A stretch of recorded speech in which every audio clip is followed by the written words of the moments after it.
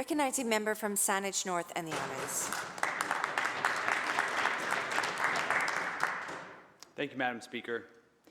My name is Sahana, the son of Sewitsu and Sylvia Olson, the grandson of Tsikwa and Telquilam.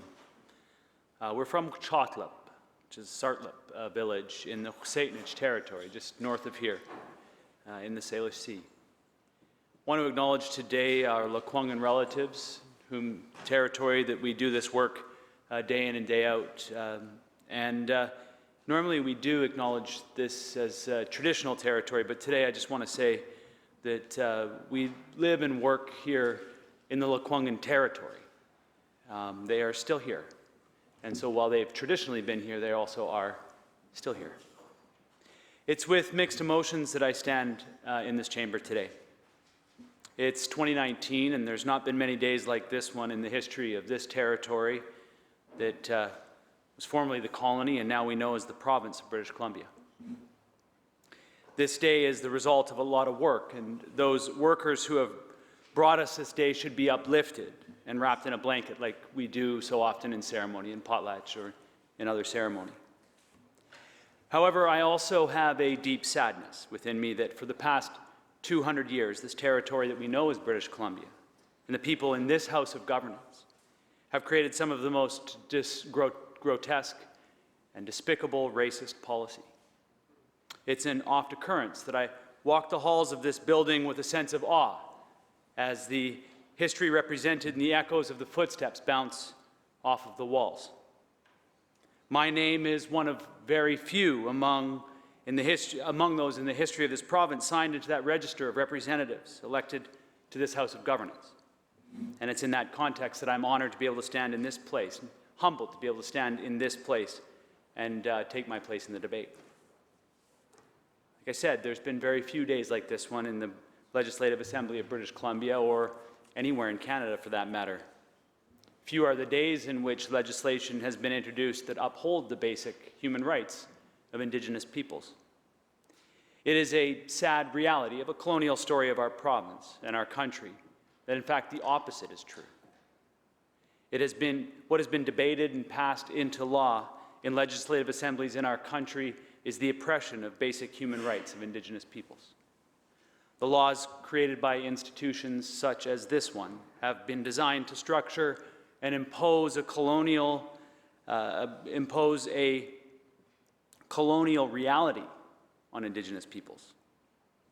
They are designs that break up complex Indigenous systems of governance, like the potlatch. It is evil systems that have been established to steal Indigenous children from their families and send them to residential schools or to non-Indigenous families, an era that we've colloquialized as the 60s scoop.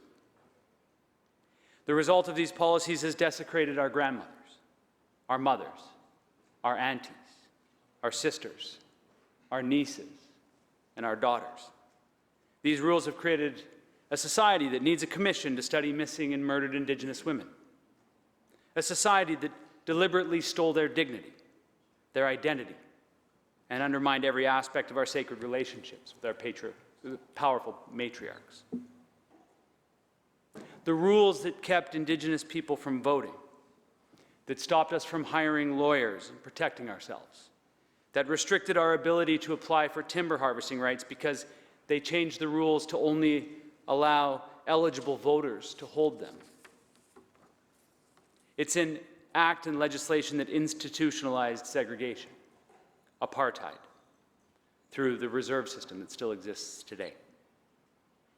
Even as these relationships change, we still use these boundaries of reserves and fight in our communities between elected and hereditary leaders through the lens of these colonial impositions. These rules remain on the books. The Indian Act is still alive and well in this country. One of the common demands for people today is that I or we do not hold them accountable for what their grandparents did. Well, I don't. We are all accountable for what we know and how we act on that knowledge. The legacies of those laws are everywhere in our society. They are the crisis in our childcare, the crippling poverty, desperation, molding houses, poisonous water, suicide. At the same time as we acknowledge these atrocities that are genocidal, until this moment today, we can almost find no laws that undo the colonial legacy. We see almost no laws that replace those laws with respect to Indigenous self-determination and the inherent right of self-governance. But today, we are changing that. Today is a day that generations of Indigenous people in this province have fought to see happen. The work that I have the honor of doing today is the work of many hundreds of our ancestors, our Salkwain, who fought through the inhumane treatment to lay the groundwork for this moment. I feel today that even though this moment is a monumental step forward, it's only one step. And I must acknowledge all our community's leaders whose sweat and tears, whose blood was spilled, so that I can be here now. It's the Chilcotin chiefs who were unjustly killed 154 years ago. The chiefs of the interior tribes who petitioned Prime Minister Laurier in 1910 with the true message of reconciliation. Quote, "These people wish to be partners with us in our country. We must therefore be the same as brothers to them and live as one family. We will share equally in everything, half and half in land, water, and timber. What is ours will be theirs. What is theirs will be ours. We will help each other be great and good." End quote. It's the peoples on Vancouver Island, my ancestors, who at the very beginning of settlement with Europeans, or by Europeans, signed treaties with Governor Douglas, the Douglas Treaties, to ensure that our rights were respected. It's the waves of leaders who journeyed to Ottawa and to Victoria and made the case and fought for change. It's the knitters who sat in Victoria and Vancouver Airport making toques and socks and vests and sweaters to pay for their leaders to go and endlessly lobby government. I raise my hands to our matriarchs and our elders, the young and the old, who have kept our cultures vibrant, powerful, alive, and beautiful. I raise my hands to our knowledge keepers and our linguists who have preserved our language so our generations might know who they are as diverse peoples in these lands and on these waters. This is a day that's in honor of you, a testament to your resilience, your patience, your wisdom, your courage, your stay, your work. There will be some who fear this legislation. I understand, because with change comes fear. There will be others that fear-monger, some who take no time to understand the legislation but rally around ignorance inspired by vested interests. Some may even stand in this place and make ridiculous statements. They'll ask absurd questions like, what is free, prior, and informed consent, pretending like they're actually seeking truth and reconciliation. The only thing we should fear is the failure of making these critical changes. It's the failure to face and address the colonial legacy that challenges our society today, these laws, policies, and practices that has caused the uncertainty over land and resources that has immobilized us in this province for decades. It is the failure to address the colonial legacy in our social structures and institutions that is causing the intergenerational harms to countless children, families, and communities. It's the failure to address the colonial legacy that ends up in court battles costing us billions of dollars, lost time, incredible waste, a culture of conflict that has stymied economic growth and investment in our province. Worse yet, it has cost us our dignity, our integrity, our decency, and our self-respect. It is for this reason that in 2015, the Truth and Reconciliation Call to Action number 43 said that governments, including the provinces, must adopt and implement the United Nations Declaration on the Rights of Indigenous Peoples as a, quote, framework for reconciliation, end quote. This framework is a critical guide to help us forward and move us out of the dysfunctional patterns, the cycles of despair, and accelerate the work, the acts of reconciliation. Some voices in this House would have us believe the UNDRIP is imposed on us by the United Nations. They undermine it. They're ignorant of it. I believe it's intentional. It's important this debate be based on truthfulness, on fact. The UNDRIP is a product of decades of deliberation, a feat of deliberative democracy undertaken by states, including Canada, including some of our very own Indigenous leaders in this province, and also Indigenous peoples from around the world. This document is a statement of long-established human rights norms, including those in the Universal Declaration on Human Rights, in the context of Indigenous people. And these norms are not new. Despite what some of the voices in this place would like British Columbians to believe, these are norms that we have long upheld and defended as Canadians. These are central to who we are, and upholding them now is to honor the highest ideals and values. The opposite is also true. To diminish them now is to undermine them now, is to stoop to the lowest places. Those who are inspiring the opposition to the implementation of the UNDRIP are not looking out for the best interests of British Columbians or Canadians.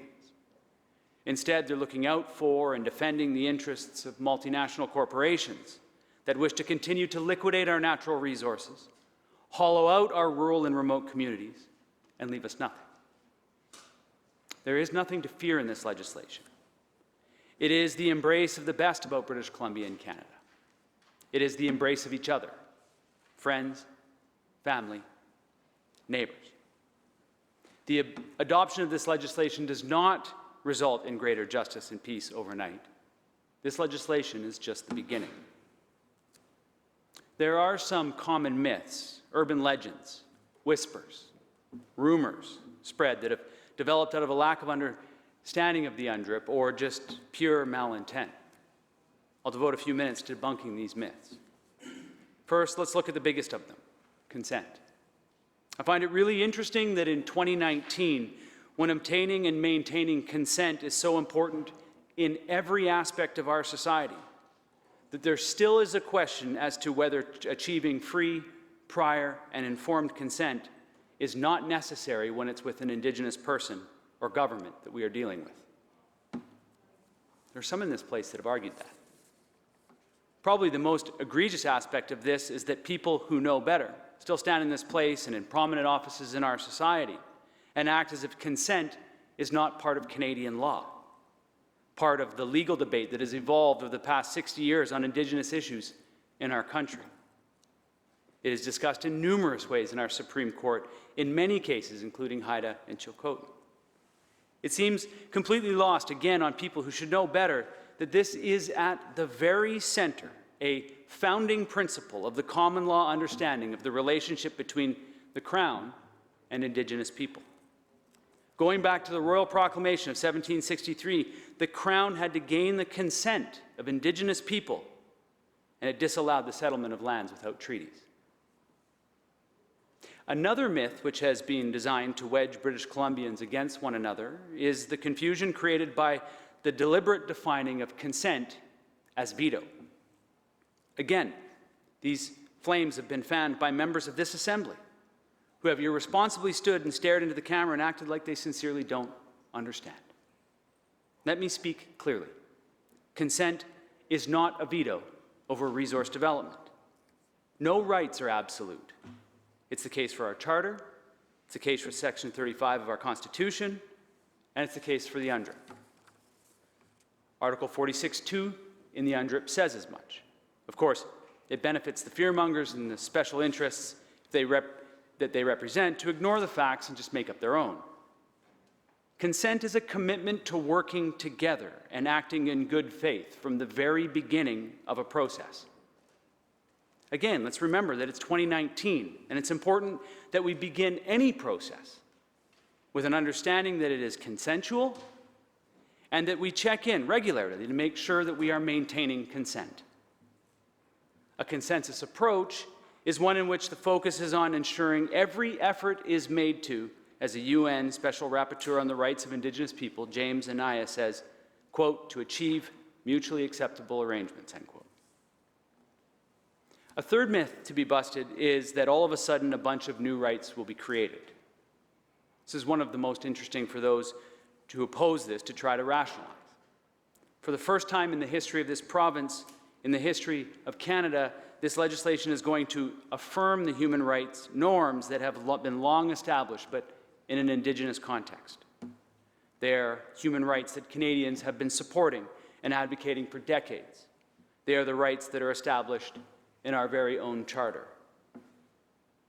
Finally, I must address the myth that this legislation is going to create uncertainty. I find this one to be truly mind-boggling, because what has industry been complaining about? The uncertainty of the current situation.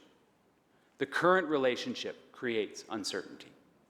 This legislation lays out the framework for government to chart a path through the uncertainty, creating certainty.